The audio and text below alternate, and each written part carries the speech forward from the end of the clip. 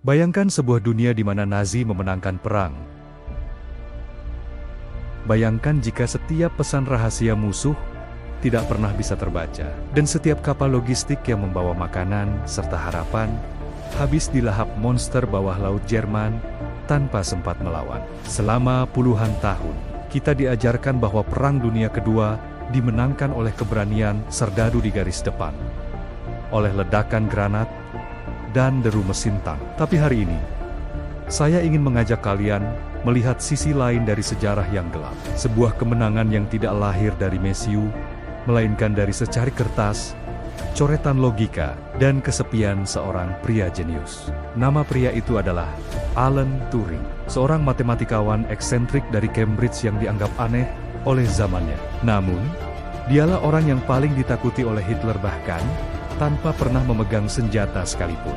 Di saat seluruh dunia gemetar menghadapi Enigma, sebuah mesin pengacak kode yang diklaim mustahil dipecahkan oleh otak manusia, Turing justru sedang membangun sebuah otak buatan untuk melawannya. Kalian mungkin sering mendengar rumor ini, bahwa logo apel buah apel dengan satu gigitan adalah bentuk penghormatan terakhir untuk Turing. Sebuah simbol tragis tentang bagaimana pahlawan ini mengakhiri hidupnya dengan sebuah apel yang dicelupkan ke dalam racun sianida. Gigitan maut yang menandai berakhirnya nyawa sang jenius, namun menjadi awal dari revolusi teknologi yang kita pegang hari ini. Tapi pertanyaannya, apakah itu benar? Dan mengapa seorang pria yang berhasil menyelamatkan setidaknya 14 juta nyawa dan mempercepat selesainya perang selama 2 tahun, justru berakhir menjadi tahanan di negaranya sendiri? Mengapa namanya sempat dihapus dari buku sejarah Sioliala? Dia tidak pernah ada. Dalam video ini, kita akan masuk ke dalam labirin pikiran Alan Turing. Kita akan membongkar cara kerja mesin Enigma yang legendaris, melihat bagaimana komputer pertama di dunia lahir dari tekanan perang, dan mengungkap sisi kelam sejarah yang mencoba mengubur jasa pria ini hanya karena dia berbeda. Siapkan diri kalian, karena ini bukan sekadar cerita tentang sejarah. Ini adalah cerita tentang bagaimana satu orang yang dianggap tidak berarti bisa mengubah takdir seluruh umat manusia.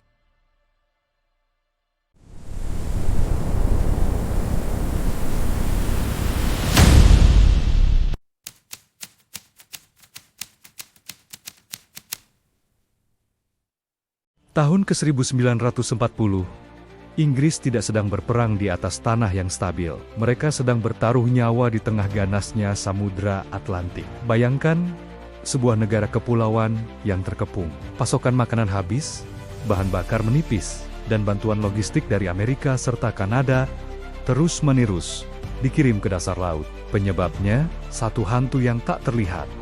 U-boat Jerman. Kapal selam ini bergerak seperti predator siluman, menyerang dalam kegelapan dan menghilang tanpa jejak. Inggris tahu Jerman sedang berkomunikasi, mereka bisa mendengar sinyal radionya, tapi mereka tidak bisa mengerti satu kata pun. Mengapa? Karena Jerman memiliki senjata rahasia yang lebih mematikan daripada torpedo manapun, mesin Enigma. Sekilas, benda ini tampak seperti mesin tik kayu biasa. Namun, di balik casing logamnya, terdapat labirin mekanis yang akan membuat otak manusia paling cerdas sekalipun meledak. Enigma bukanlah sekadar alat pengirim pesan. Ia adalah mesin enkripsi paling rumit yang pernah diciptakan manusia pada masanya. Cara kerjanya begini. Setiap kali operator Jerman menekan satu huruf, serangkaian roda gerigi atau rotor di dalamnya akan berputar, mengubah huruf tersebut menjadi huruf lain secara acak. Dan yang gila, setiap tekanan tombol berikutnya akan mengubah jalur listrik di dalamnya. Sehingga, jika Anda menekan huruf A 10 kali, Anda akan mendapatkan 10 huruf hasil yang berbeda-beda. Secara matematis, ada sekitar 150 juta kemungkinan kombinasi pengaturan mesin ini. Mari kita buat perumpamaan agar logika kita bisa menangkap skala ini. Jika Anda mengumpulkan 10 orang paling jenius di dunia, dan mereka bekerja 24 jam sehari, 7 hari seminggu, hanya untuk mencoba satu kombinasi setiap 1 menit. Mereka butuh waktu 20 juta tahun untuk mencoba semua kemungkinan tersebut. Sementara itu, Inggris hanya punya waktu beberapa minggu sebelum rakyatnya mati kelaparan. Tapi, Inilah bagian yang paling menjengkelkan sekaligus brilian dari taktik Jerman, tepat pada tengah malam. Setiap hari, seluruh operator Nazi di seluruh dunia akan mengubah pengaturan mesin Enigma mereka. Artinya, jika tim pemecah kode di Inggris berhasil membuat kemajuan sedikit saja hari ini, tepat saat jam berdentang di angka 12 malam, semua kerja keras itu menjadi sampah. Mereka harus mulai lagi dari nol, dari dasar labirin yang gelap, sementara kapal-kapal mereka terus tenggelam di luar sana. Inggris tidak hanya melawan teknologi, mereka sedang melawan waktu. Dan di Bletchley Park, sebuah markas rahasia di pinggiran kota, sekelompok ahli bahasa dan pecatur mulai menyerah. Mereka sadar, otak manusia tidak akan pernah menang melawan kegilaan statistik ini. Mereka butuh sesuatu yang lain. Mereka butuh orang gila yang berani berpikir bahwa matematika bisa mengalahkan takdir.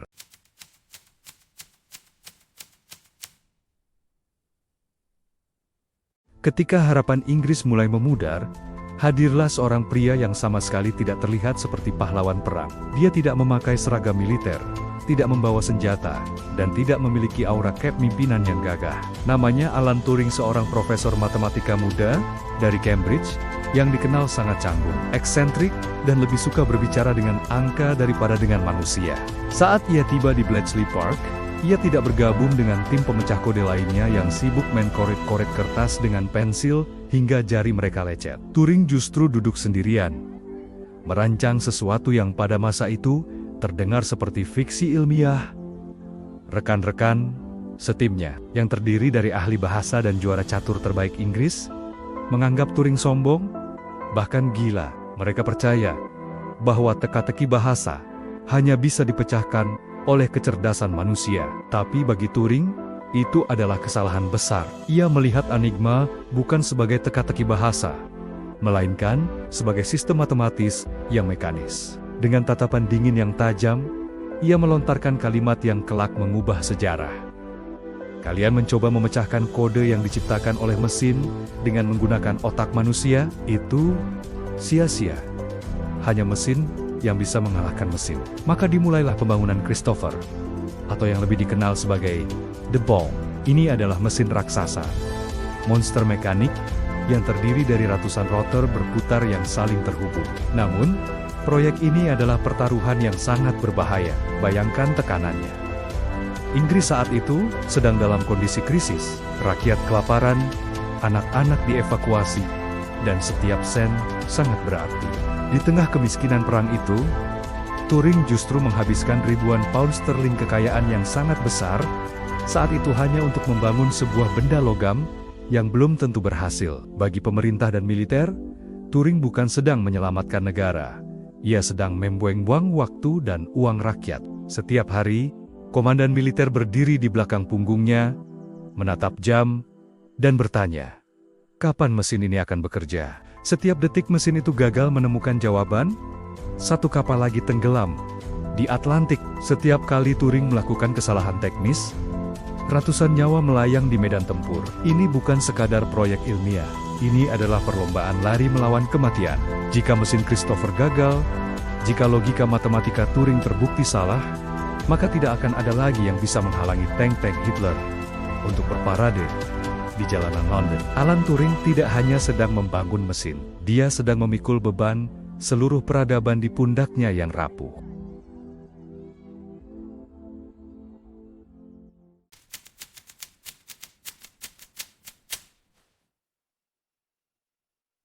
Selama berbulan-bulan, mesin Christopher milik Turing hanya berputar tanpa hasil. Mesin itu terlalu lambat untuk memproses 150 juta kemungkinan sebelum jam berdentang tengah malam.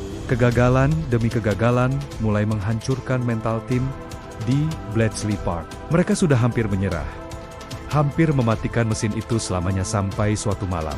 Sebuah percakapan sederhana di sebuah bar mengubah segalanya. Turing menyadari sesuatu yang dilewatkan oleh semua pakar matematika di dunia. Manusia adalah makhluk yang membosankan dan penuh kebiasaan, sekuat apapun mesinnya. Operator yang menjalankannya tetaplah manusia yang bisa diprediksi. Jerman adalah bangsa yang sangat disiplin dan kaku. Setiap pagi, tepat pukul 6, stasiun radio Jerman akan mengirimkan laporan cuaca. Dan karena mereka sangat patuh pada protokol Nazi, hampir setiap pesan militer diakhiri atau diawali dengan penghormatan yang sama. Heil Hitler. Inilah celah fatalnya. Inilah tumit Achilles dari sang raksasa, Enigma. Turing menyadari bahwa jika ia sudah tahu bahwa kata-kata tertentu pasti ada dalam pesan tersebut, ia tidak perlu lagi mencari di seluruh samudra kemungkinan. Ia hanya perlu mencari pengaturan mesin yang menghasilkan kata cuaca dan Heil Hitler di posisi yang sama setiap harinya. Dengan memasukkan variabel kata kunci ini, yang mereka sebut sebagai crypts, Turing berhasil memangkas tugas mesinnya secara drastis. Dari jutaan kemungkinan yang mustahil, menjadi hanya beberapa ribu yang masuk akal. Tiba-tiba, mesin raksasa itu berhenti, berdetak. Keheningan mencekam menyelimuti ruangan. Turing menarik secari kertas dari mesinnya, memasukkan hasil pengaturan tersebut ke mesin Enigma tiruan, dan mulai mengetik kode acak yang baru saja mereka sadap. Huruf-huruf yang tadinya sampah, tak bermakna, perlahan berubah menjadi kalimat Jerman yang sempurna. Lakukan penyerangan di koordinat X pada pukul Y. Untuk pertama kalinya dalam sejarah dunia, tembok tebal Enigma runtuh. Efeknya instan dan luar biasa. Inggris tidak lagi buta. Mereka tidak lagi hanya menunggu untuk ditenggelamkan. Melalui telinga rahasia Alan Turing, Inggris bisa mendengar setiap bisikan komandan Nazi di bawah laut. Mereka tahu persis di mana U-boat berada, kemana mereka akan pergi, dan siapa yang akan mereka serang. Bahkan, sebelum kapten kapal selam Jerman itu sempat menarik tuas torpedonya. Tapi di balik sorak-sorai kemenangan rahasia ini, muncul sebuah kengerian baru. Kini setelah mereka bisa membaca pikiran musuh, mereka harus menghadapi dilema yang paling kejam dalam sejarah peperangan. Jika Anda tahu sebuah serangan akan datang, haruskah Anda selalu menghentikannya?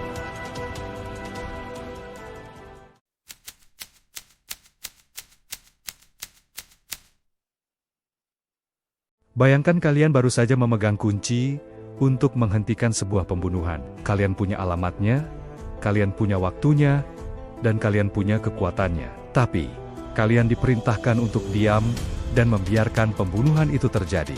Inilah beban mengerikan yang harus dipikul oleh Alan Turing dan tim intelijen di Bletchley Park segera. Setelah mesin Christopher berhasil membaca pesan Jerman, mereka tidak bersorak. Mereka justru terjebak dalam dilema moral yang akan menghantui mimpi mereka seumur hidup. Mereka sadar, memecahkan Enigma hanyalah setengah dari pertempuran. Setengah sisanya adalah tentang bagaimana menggunakan rahasia itu tanpa membuat musuh curiga. Jika Inggris langsung menyelamatkan setiap kapal yang menjadi target. Jika mereka selalu muncul tepat waktu untuk menghancurkan setiap U-boat yang sedang bersembunyi, Jerman akan segera menyadari sesuatu yang mustahil, bahwa kode Enigma, mereka yang tidak bisa pecah, telah bocor. Hanya butuh satu kecurigaan kecil bagi petinggi Nazi untuk mengganti seluruh mesin Enigma dan sistem enkripsinya dalam satu malam. Jika itu terjadi, Alan Turing akan kembali ke titik nol. Semua kemajuan akan hilang, dan perang akan berlangsung bertahan-tahan lebih lama, merenggut jutaan nyawa tambahan. Jadi, mereka membuat keputusan yang paling dingin dan paling rasional dalam sejarah militer. Turing, sang matematikawan, kini harus menggunakan keahlian statistiknya untuk menghitung nyawa manusia. Dia menciptakan sebuah formula perhitungan risiko. Mereka harus menghitung serangan mana yang boleh dihentikan dan serangan mana yang harus dibiarkan terjadi. Mereka membiarkan konvoi kapal berisi ratusan prajurit tenggelam ke dasar laut. Mereka membiarkan kota-kota dibom tanpa peringatan dini. Mereka mendengar jeritan minta tolong melalui transmisi radio yang mereka sadap, tapi mereka tetap diam. Mengapa? Agar Jerman tetap percaya bahwa Enigma mereka masih aman. Agar keunggulan informasi ini bisa disimpan untuk pertempuran yang jauh lebih besar seperti pendaratan di Normandia. Mereka menyebutnya Ultra. Ini adalah rahasia paling terjaga di dunia. Di dalam ruangan sempit itu, Alan Turing tidak lagi hanya seorang profesor. Dia dipaksa menjadi hakim garis antara hidup dan mati. Dia harus bermain menjadi Tuhan menggunakan rumus matematika. Banyak orang bilang, sejarah ditulis oleh pemenang. Tapi dalam kasus Turing, sejarah ditulis dengan tinta pengorbanan yang disengaja. Dia menyelamatkan peradaban. tapi dengan cara membiarkan sebagian dari mereka mati demi kemenangan akhir. Sebuah beban mental yang begitu berat, yang perlahan mulai menggerogoti jiwa sang jenius ini, lebih dari apapun yang bisa dilakukan oleh musuh.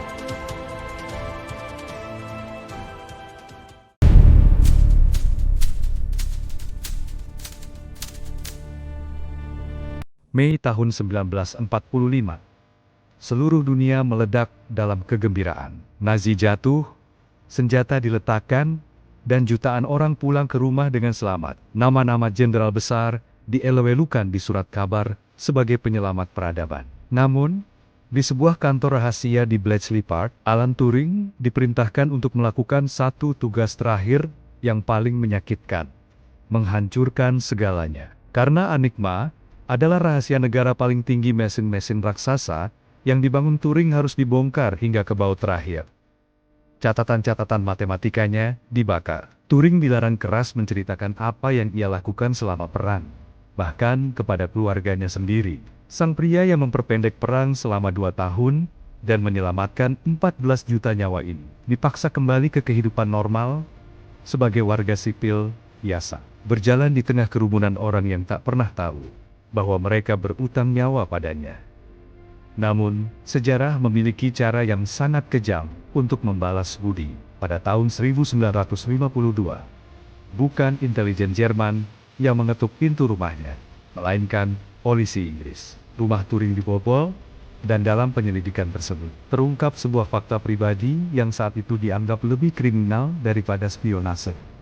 Turing adalah seorang homoseksual. Di Inggris era 1950-an, orientasi seksual tersebut bukan sekadar tabu, tapi merupakan tindak pidana serius. Pria yang memecahkan kode paling sulit di dunia ini, tiba-tiba diseret ke pengadilan, dipermalukan di depan publik, dan dianggap sebagai ancaman keamanan nasional negaranya sendiri, yang ia selamatkan dari cengkraman fasisme, kini berbalik menyerangnya dengan hukum yang kolot. Hakim memberikan pilihan yang tidak manusiawi: mendekam di penjara, atau menjalani pengobatan hormonal yang mereka sebut sebagai kebiri kimia. Karena takut kehilangan akses ke penelitian matematikanya jika masuk penjara, Turing memilih kebiri kimia. Selama 1 tahun, tubuhnya disuntik dengan hormon estrogen sintetis. Efeknya menghancurkan. Pria yang otaknya begitu tajam ini mulai kehilangan kendali atas tubuhnya sendiri. Dia mengalami depresi berat,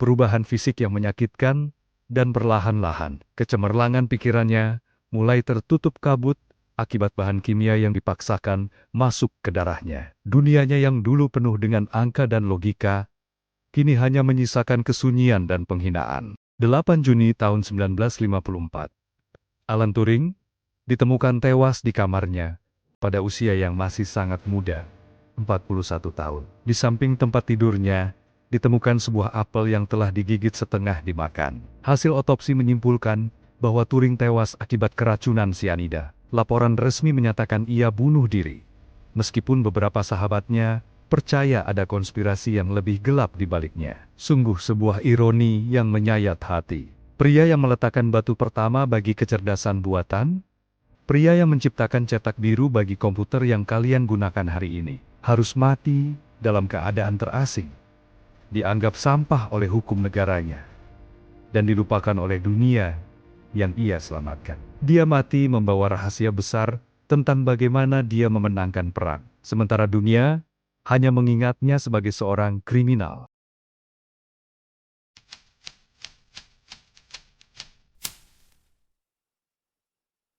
Kematian Alan Turing mungkin sunyi, tapi gema dari pikirannya justru semakin keras seiring berjalannya waktu. Hari ini, hampir mustahil bagi kalian untuk menjalani 1 jam saja tanpa menyentuh warisan pria ini.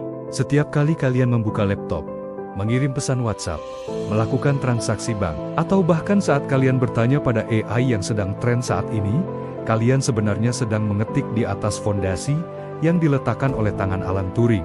Jauh sebelum komputer pertama ada di meja kerja kita, Turing sudah memimpikan sebuah mesin universal yang bisa berpikir. Dia bukan hanya memecahkan kode Enigma untuk memenangkan perang. Dia sedang memecahkan kode masa depan bagi seluruh umat manusia. Tanpa keberaniannya melawan arus, dunia kita hari ini mungkin akan terlihat sangat berbeda. Mungkin kita masih hidup di bawah bayang-bayang ideologi fasisme yang gelap, tanpa kebebasan teknologi yang kita nikmati sekarang.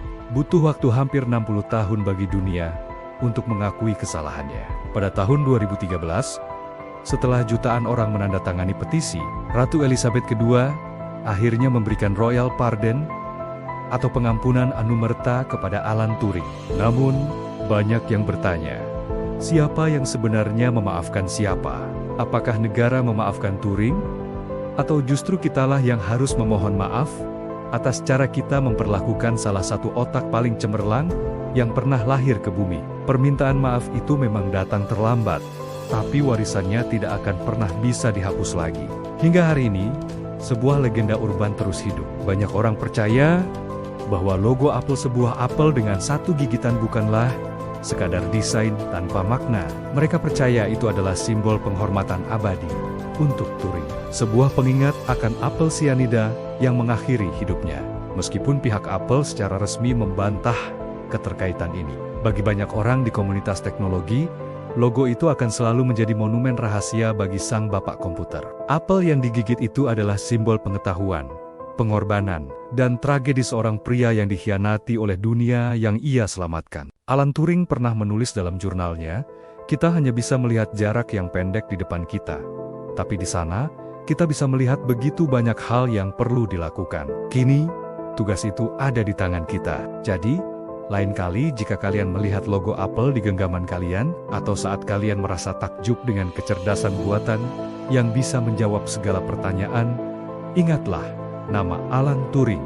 Ingatlah bahwa di balik setiap baris kode, ada air mata dan perjuangan seorang pahlawan yang terlupakan. Bagaimana menurut kalian? Apakah menurut kalian, pengampunan dari kerajaan sudah cukup untuk membayar semua jasanya? Atau, adakah cara lain yang lebih layak untuk kita menghargai warisannya? Tulis pendapat kalian di kolom komentar di bawah. Saya sangat ingin mendiskusikan ini dengan kalian.